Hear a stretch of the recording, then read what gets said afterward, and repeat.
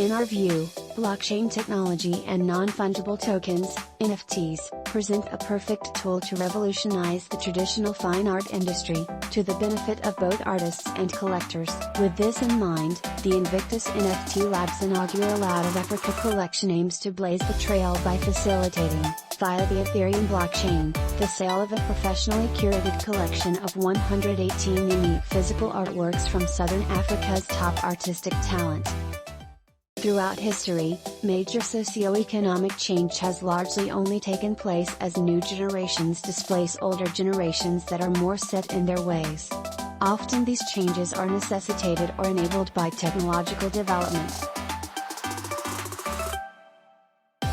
For millennials and Gen Z, growing up in a period that has seen computers, the internet and smartphones revolutionize our way of life has left these generations to look with skepticism at many traditional institutions that have failed to adapt. The world of fine art is a sphere that is dangerously at risk of falling behind. A static business model unchanged in decades passes on significant middleman costs, hampering the market's ability to attract new demand, ultimately resulting in unfulfilled artistic potential. Around the world, younger generations currently control a tiny share of global wealth, with the baby boomer generation controlling over half of all wealth in the US. This is set to change over the coming decades. Wealth is passed on to the younger generations via inheritance. Source: Generational Power Index Report, 2021. When we consider that it becomes clear to see that much of this wealth will find its way into this new class of digital assets. Source: Morning Consult, 2021. Up until now, the NFT industry has tapped into a relatively niche sphere of demand for digital art and collections of generative NFT avatars, such as CryptoPunks or Bored Apes.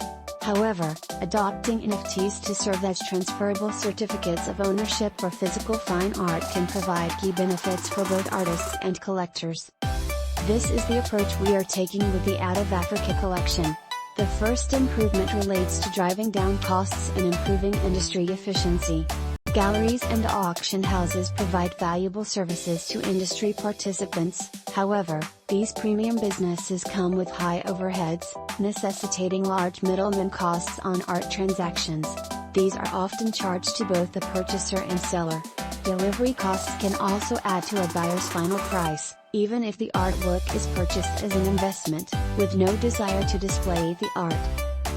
Blockchain provides an opportunity to aggressively drive down these costs, while preserving sufficient margins for traditional galleries and auction houses to continue operating.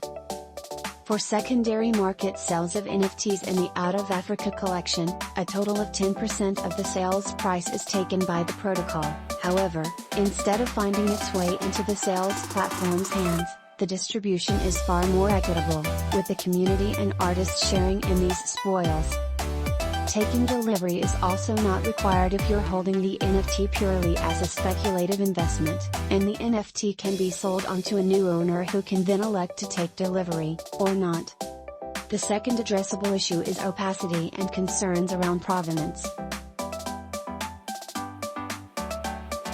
With over half of all art sales private transactions, it becomes difficult to get a sense of what a fair market valuation for an artwork may be, as it's not possible to see the sales history in many cases.